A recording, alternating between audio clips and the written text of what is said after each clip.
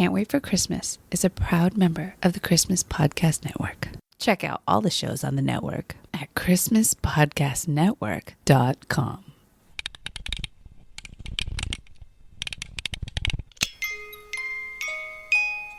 Hey, buddy, what you doing?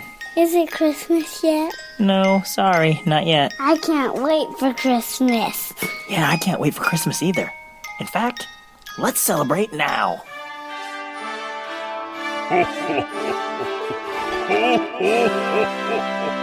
Welcome to the Can't Wait for Christmas podcast.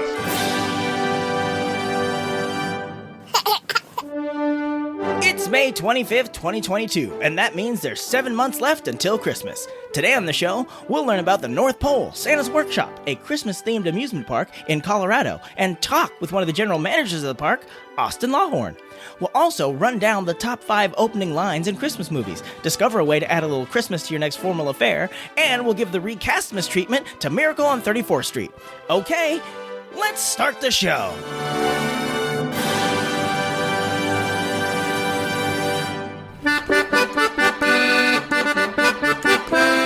Greetings, Yule Believers! Welcome to another episode of the Can't Wait for Christmas podcast, the show all about Christmas history, Christmas traditions, Christmas media, and everything else Christmas. I'm your host, Tim Babb, coming to you from my Christmas cave. I've been a busy little Christmas elf since we last talked. Aside from scoring an interview with Austin Lawhorn from the North Pole Santa's Workshop, which we'll hear a little later in this episode, I was also lucky enough to be a guest on the Sounds of Christmas podcast a few weeks back.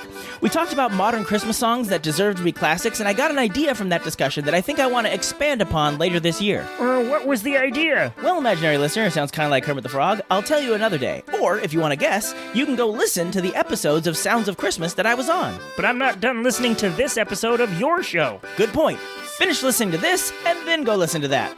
But I hope you're still listening right now, because I'd like to get to our first segment, We Need a Little Christmas, now. We need a little Christmas now.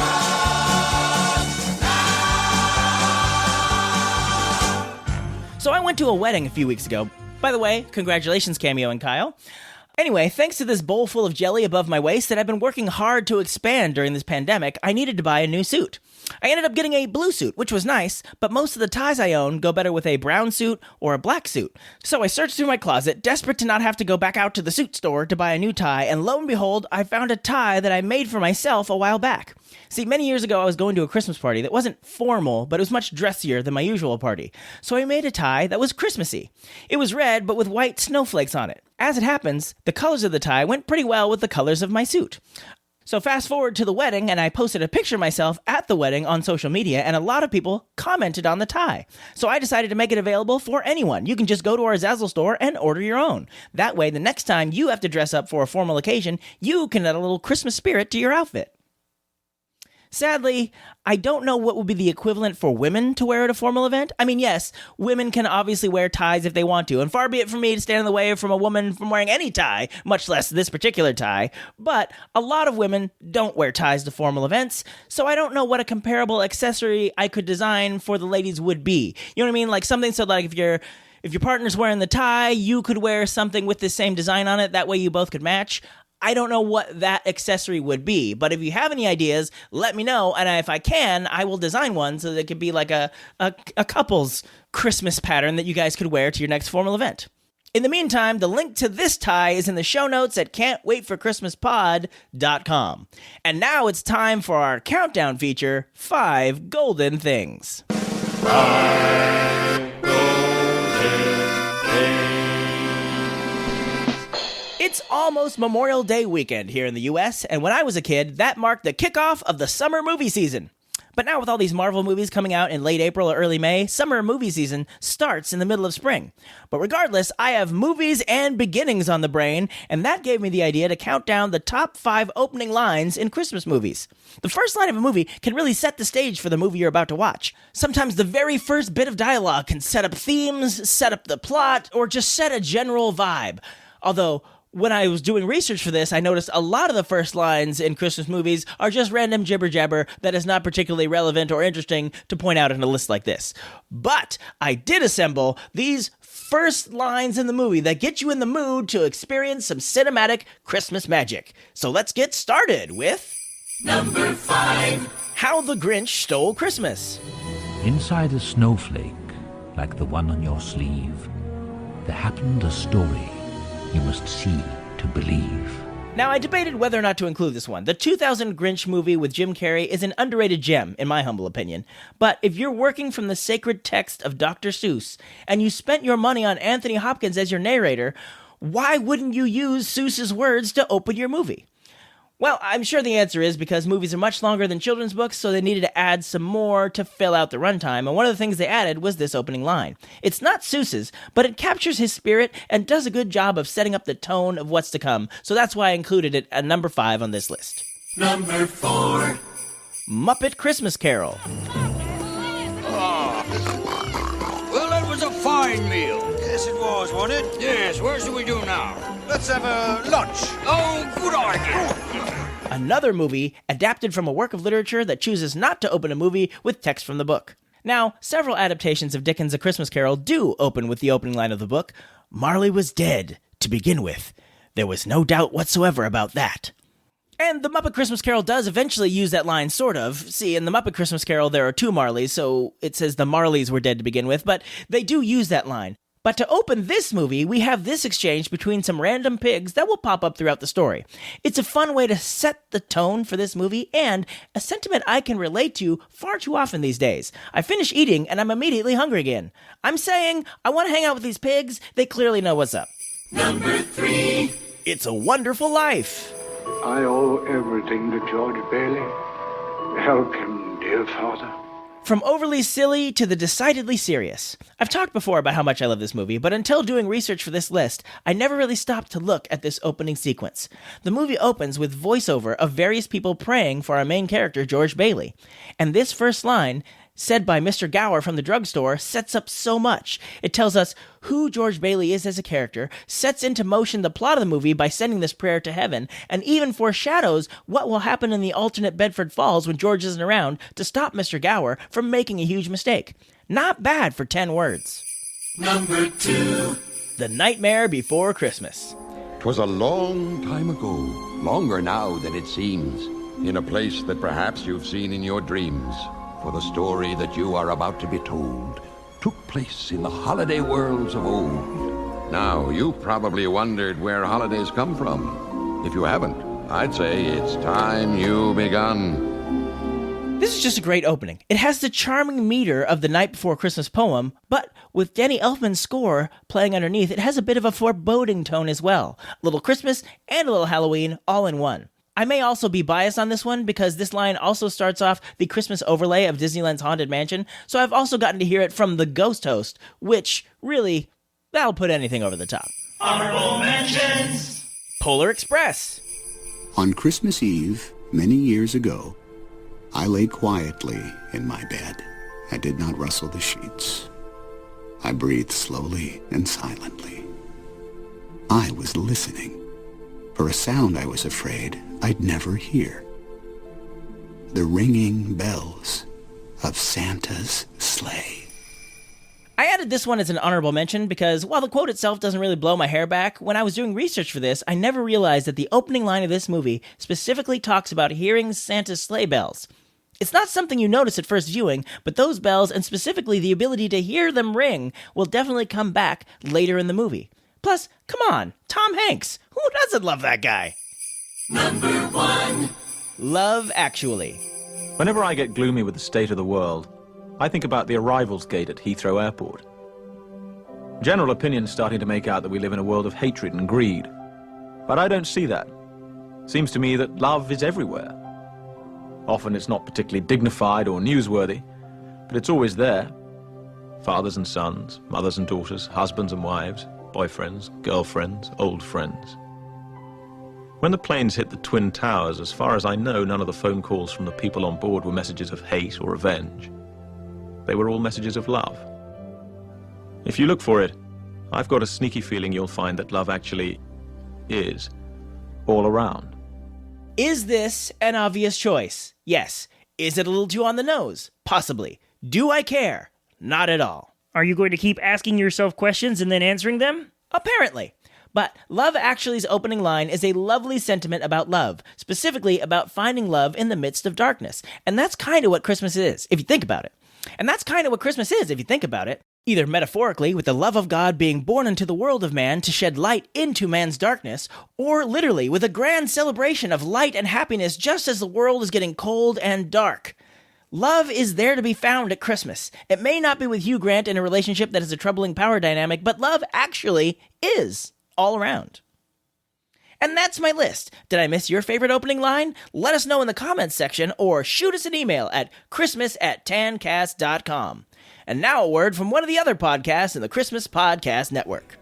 What does a poet and his friends who are Christmas geeks do when they get together? They get drunk and argue about Yuletide lit. It's time to get lit for Christmas. Join us as we open the liquor cabinet, grab a book off the shelf, and have a little boozy conversation about what warms our chestnuts and makes us holly and jolly. Find out the best screwdriver to Scrooge with. Get the recipe for Gift of the Magi mojitos. Enjoy a little peppermint patty Polar Express. Everyone's welcome at this party. It's time to do some Jingle Bell Jello shots and talk about the great, and maybe not so great, works of Christmas literature. Hurry up. The fireplace is roaring and Bing Crosby's crooning. We're 2 drinks in, and the spirits of Christmas past, present, and future are flowing. Grab a cup of cheer and find a place on the couch.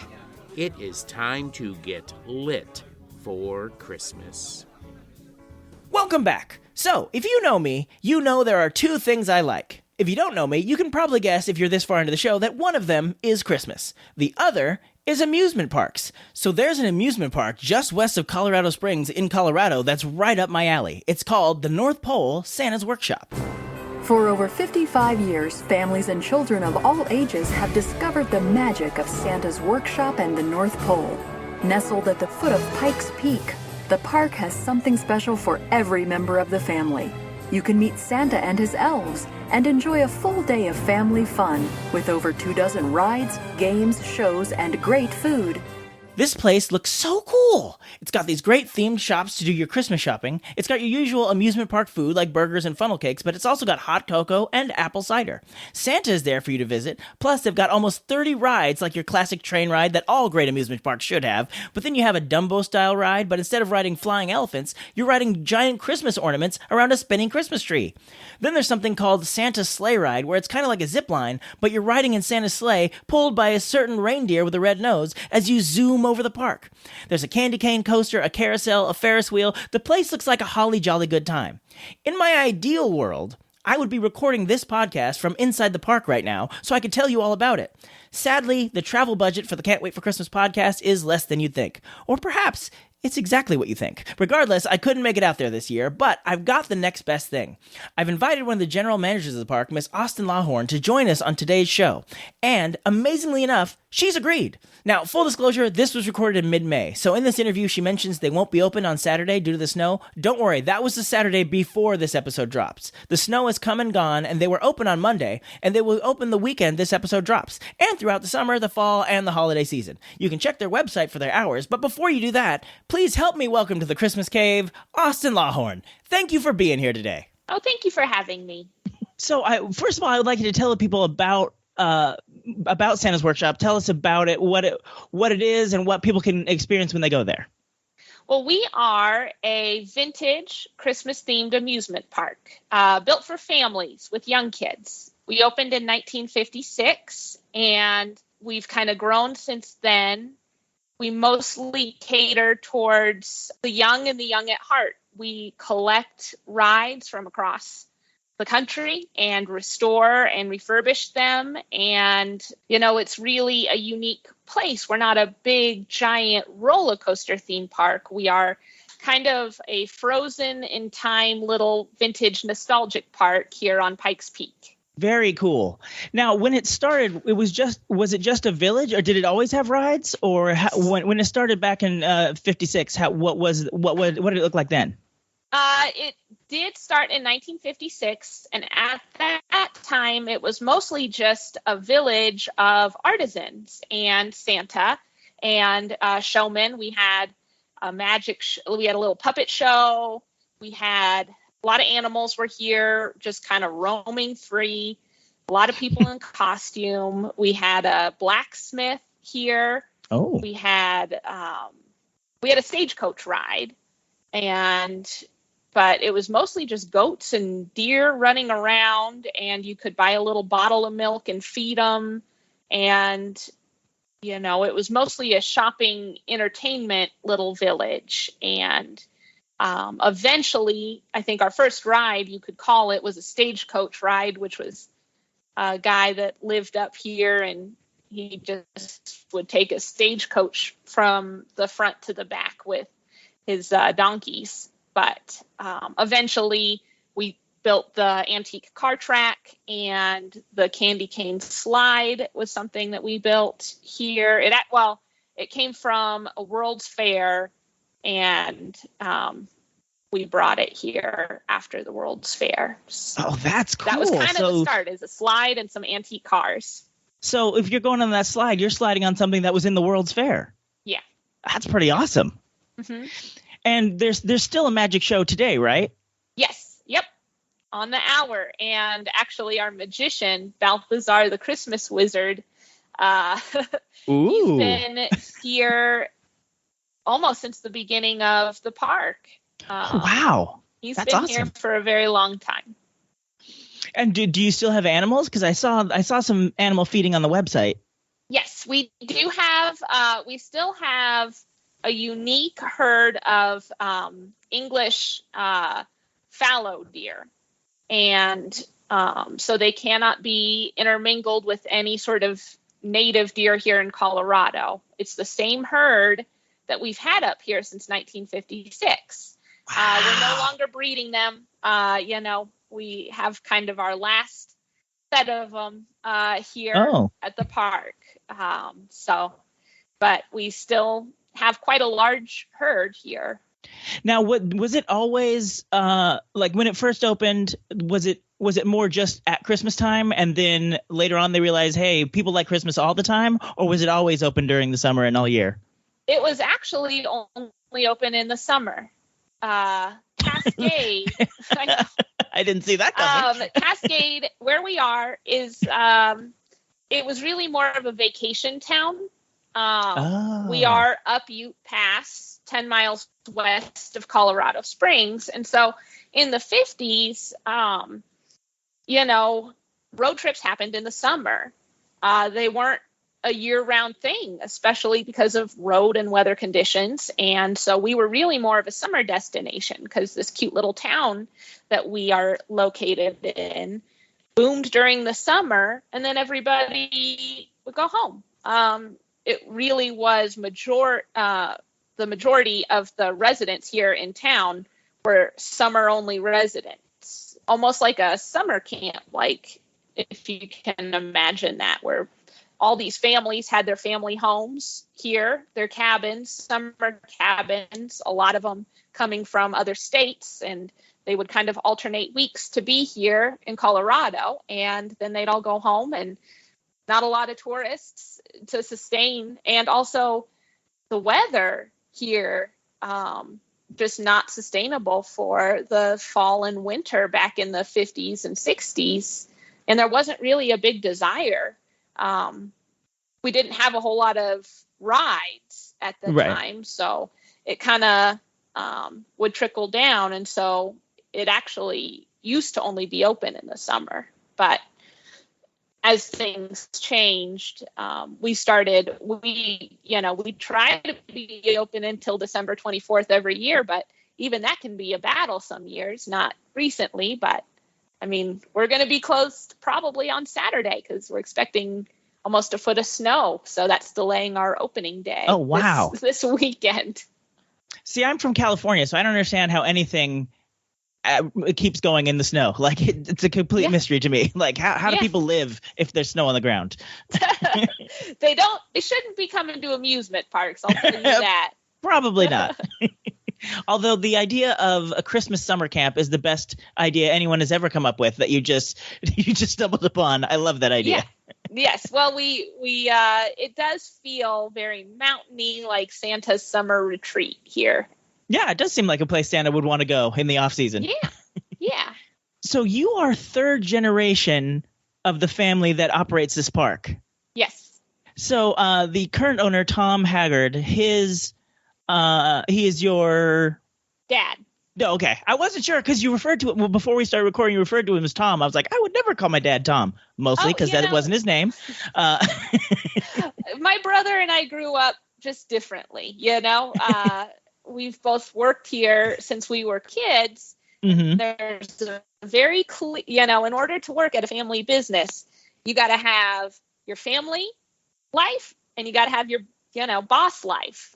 Good point. Good point. And so a lot of times I do call my dad Tom here up at work, just because that's just kind of a good boundary. We can have our professional life and our family life, and that's just how we have to do it. That makes sense. Get by. So like I said, third generation. So that means your dad's mom and dad, they were actually like your grandma was involved in she was a buyer for the park. Yes. And your grandfather actually helped build the park. Yes. He was part of the original group of investors. There was a big group that started this. Oh, I see. Back in the 50s. And he was one of the original investors. I think that's so cool that then the son, your dad, now owns it. Like how cool, like that's the best, like, oh, this place you used to work, I now own that, mom and dad. So you're welcome. Yep. It's not an easy business. So there was a big group to get started, and then it just was one of those things that like one by one, they all kind of trickled out. And then it was just my grandfather and one other family that kind of took it through the first, I want to say 10 to 15 years. And then the other family, the other guy, his family, they wanted to do their own thing. And so my grandfather was happy to kind of take over as the primary owner. And then shortly thereafter, my dad kind of took over from there. So nice. Yep.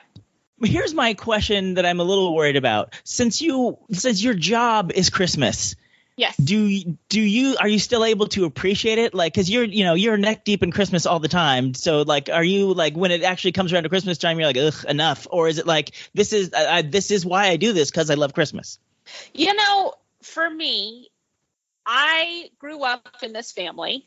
I grew up in this business. And for me, Christmas has been a part of my life year round since I was a kid. To say that, you would get tired of Christmas is like saying you get tired of food or breathing or life. I mean, to me, it's like in my blood. I will say that when I do get around to the holidays, I do get really excited. I'm one of those people that puts up my Christmas tree,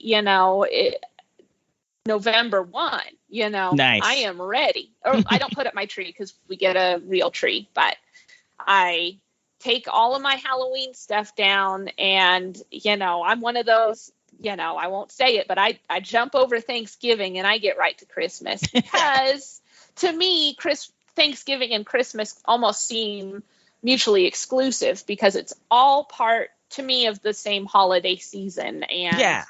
I have kids. So the magic that families and kids experience around the holidays is still very relevant to me because I create this Christmas atmosphere and this Christmas feeling for all these kids up here. And, I'm not immune to it. I'm a parent too. I search for that magic in my life, and I search for that peace in my life, and I search for those childhood memories to recreate with my own kids, just the same way as any one of my guests might do. So I don't get sick of it. And I am the first one to put on the Christmas carols and decorate my house. And that being said, I do find ways to make it a little bit more low key because I'm tired from right. Yeah, I imagine. It's still, even I think we can all get tired, but I think that certainly doesn't take away from the magic. I mean, I think you almost need it more when you're tired. Oh, good point. Yeah.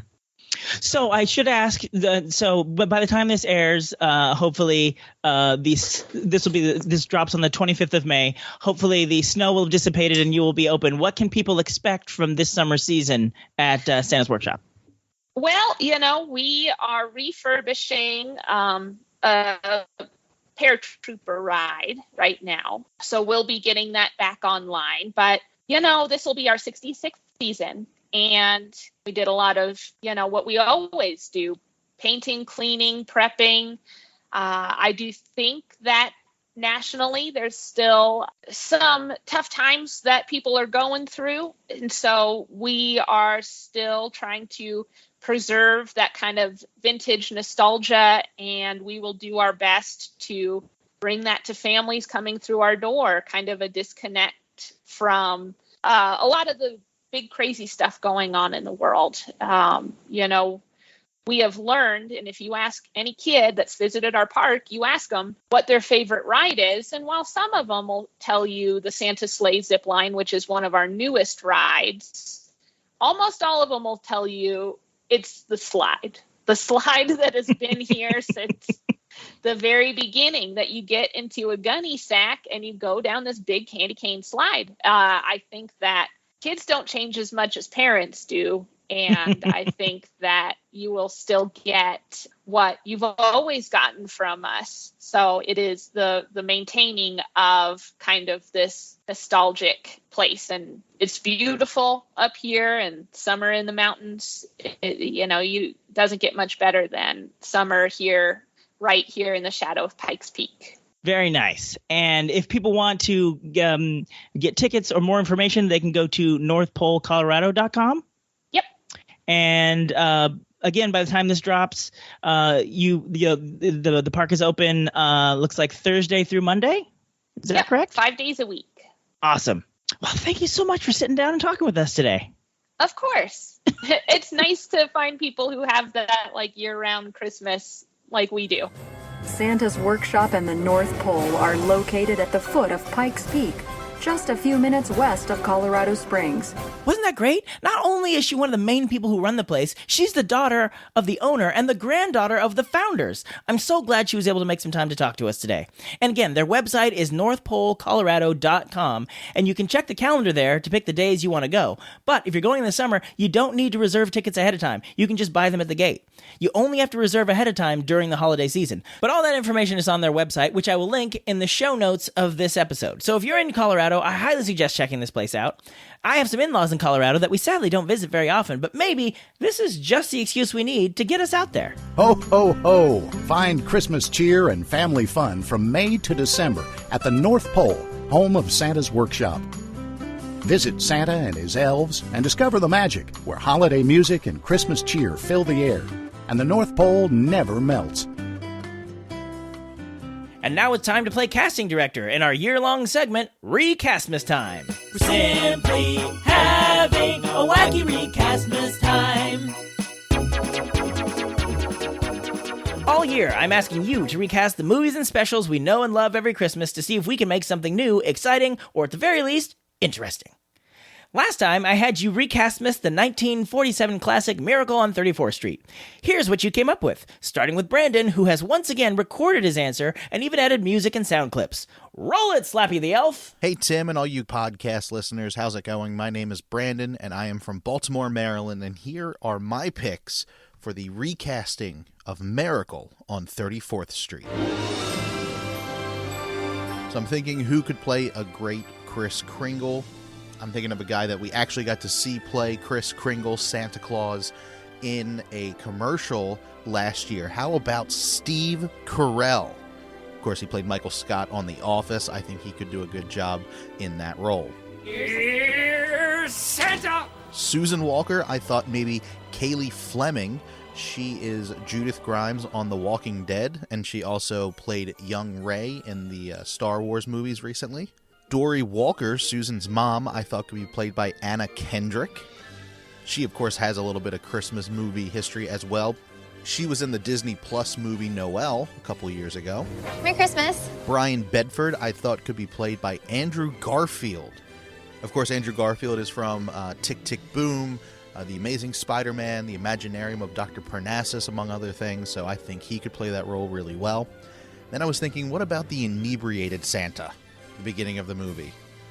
How about we have a scene between Steve Carell and Matt LeBlanc? Of course, he played Joey on Friends, and he's got such a great New York accent. I think he could really do a great job in that role.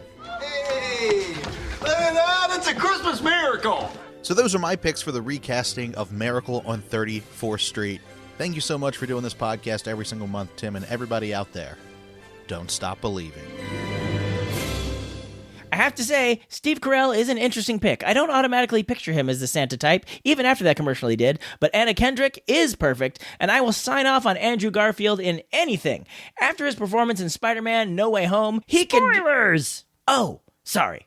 Well, let's move on to our next Re-Castmas, this time from Benji, who says, Hey Tim, I would like to suggest the following names for this Re-Castmas of Miracle on 34th Street. Doris, Neil Patrick Harris. Fred, Andrew Renales. Susan, Darby Camp, at her age as Kate Pierce in the first Christmas Chronicles. Kris Kringle, Stellan Skarsgård. Merry Christmas. Merry Christmas to you, Benji. Now, I have to admit, I had to Google Stellan Skarsgård. He was the guy who got Matt Damon out of jail in Good Will Hunting and is the scientist guy in the Thor and Avengers movies. I always get him confused with Peter Sarsgaard. I know they have two totally different last names and first names, but whenever one of them comes up, I have to Google them because I get them confused with the other.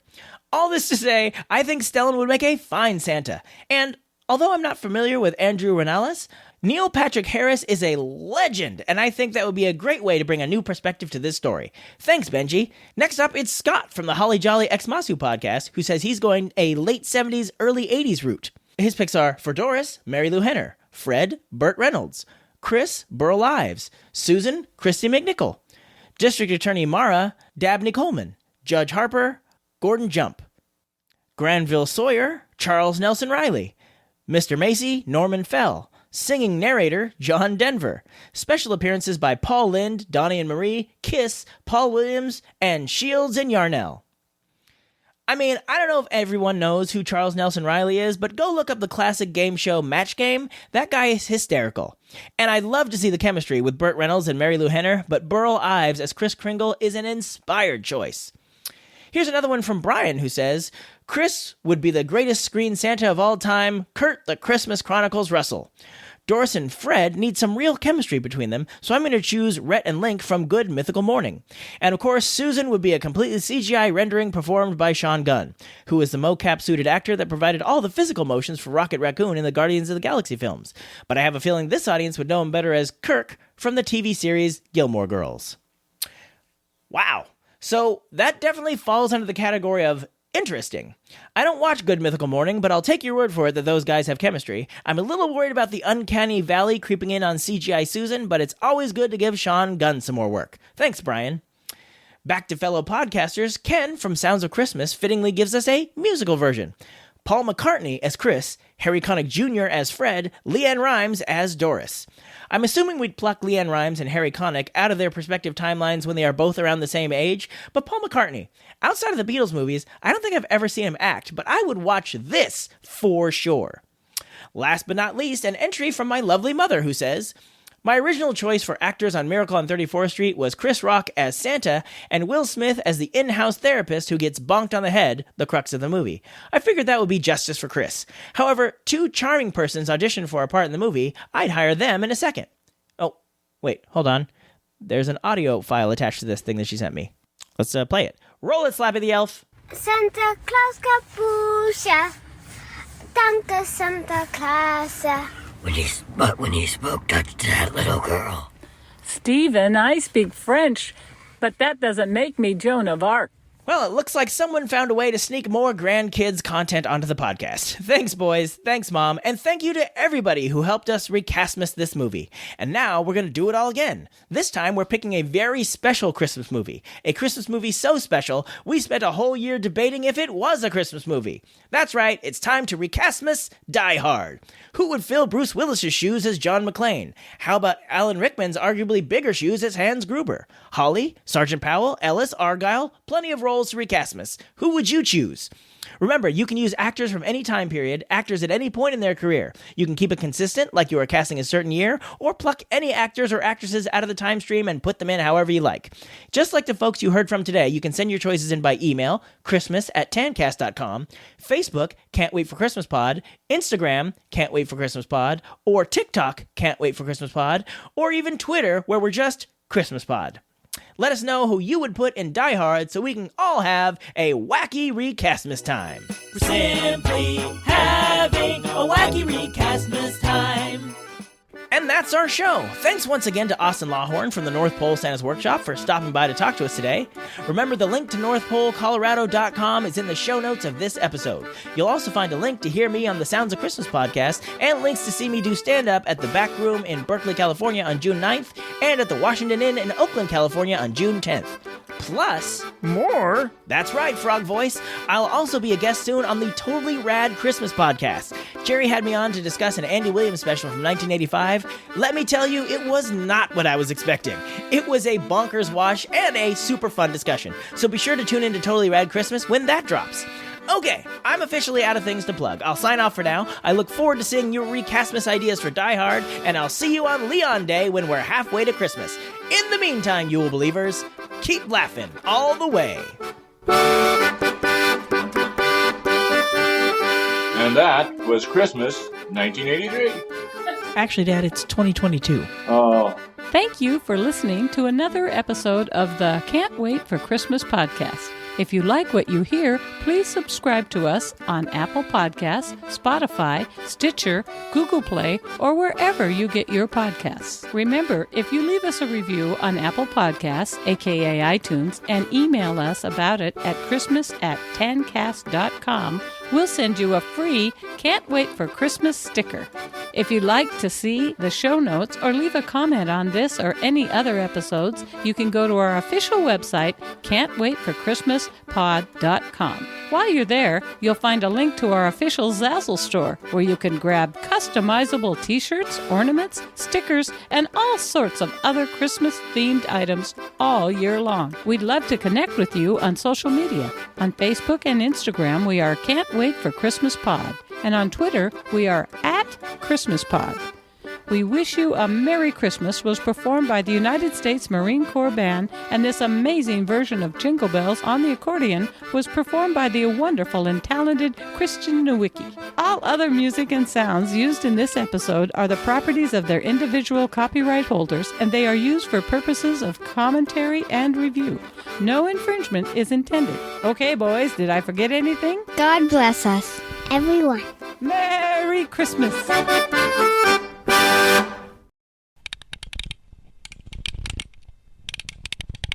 Nice. Yep. So, sorry, I was so involved in your story, I lost the next question I was about to ask you. Let me look at my notes. Professional. You don't get to be the 8th biggest Christmas podcast in the world for nothing.